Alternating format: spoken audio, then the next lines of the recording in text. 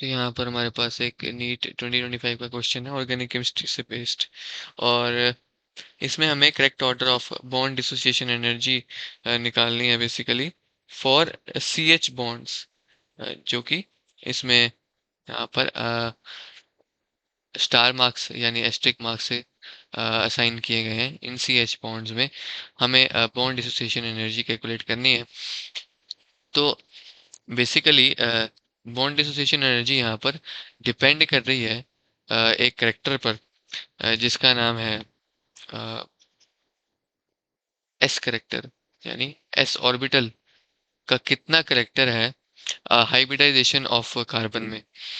जितना ज़्यादा S character होगा उतना ही ज़्यादा इलेक्ट्रॉन क्लोजली अट्रैक्टेड होगा न्यूक्लियस के, and hence automatically bond dissociation energy हमारी इंक्रीज कर जाती है, क्योंकि s orbitals are much closer to the nucleus. तो जितना ज़्यादा s करेक्टर होगा, यानी s ऑर्बिटल जितना डोमिनेट करेगा हाइब्रिडाइजेशन में, उतना ज़्यादा बॉन्ड डिसोसिएशन एनर्जी बनेगी।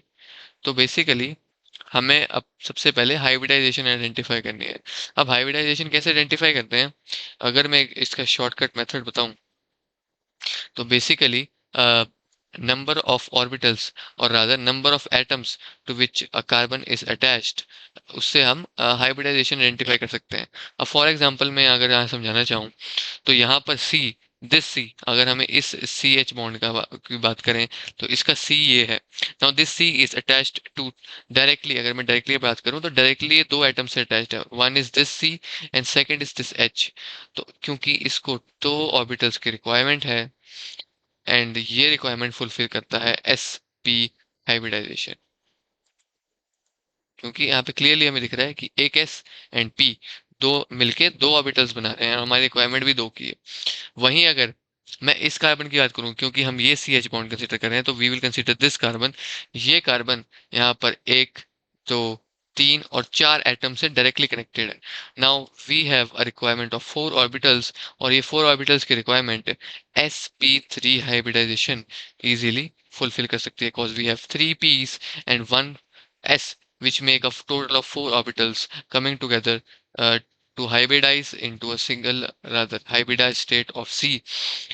तो इस प्रकार से हम हाइब्रिडाइजेशन को आइडेंटिफाई कर सकते हैं। अब ऐसे ही अगर मैं अपना फर्स्ट एग्जांपल देखूं, यहाँ पर जब फर्स्ट कंपाउंड देखूं, तो दिस सी, क्योंकि हम सी एच इस सी एच बॉन्ड की बात कर रहे हैं, तो इस सी की अगर मैं बात करूं, इस सी की, then it is directly attached to one, two and three atoms. अब हमें एक थ्री ऑर्बिटल्स की रिक्वायरमेंट है, and this is satisfied by sp2 hybridization, that is 2 plus 1, that is three orbitals. तो इसी वजह से हमने यहाँ पे sp2 हाइब्रिडाइजेशन को यूटिलाइज किया। अब हमने जब हाइब्रिडाइजेशन आइडेंटिफाई कर लिया कि इसमें यानी थ्री ऑर्बिटल्स, दिस वन यानी जिसमें तीन एटम से डायरेक्टली कनेक्टेड है, it has sp2, this one has sp and this one has sp3। अब हम क्लियरली यहाँ पर एस करेक्टर को आइडेंटिफाई कर सकते हैं। अगर हमें इसके बारे में बेसिक्स नहीं पता, तो सिंपल मैथमेटिक्स से भी हमें क्लियरली दिखाई दे रहा है कि it is in the ratio of 1:2, which makes s character to be, अगर मैं यहाँ पे बात करूँ, एस करेक्टर हमारे यहाँ पर 33% बन जाता है, 33.33% रादर। एस पी अगर हम देखें, इट इज इन 1:1 रेशियो, यानी 50-50, या 50% रेशियो में एस है। अगर मैं यहाँ की बात करूँ, तो it is 1:3 ratio, that is approximately 25%। तो इसमें मिनिमम है, आई गेस सबसे मिनिमम इसमें है। Then we have this and this, और हमने कहा था कि bond dissociation energy is proportional to s character. तो जितना एस करेक्टर उतनी ज्यादा बॉन्ड डिसोसिएशन एनर्जी, इसका मतलब सेकंड की बॉन्ड डिसोसिएशन एनर्जी ग्रेटेस्ट होगी, क्योंकि इसमें ग्रेटेस्ट एस करेक्टर है।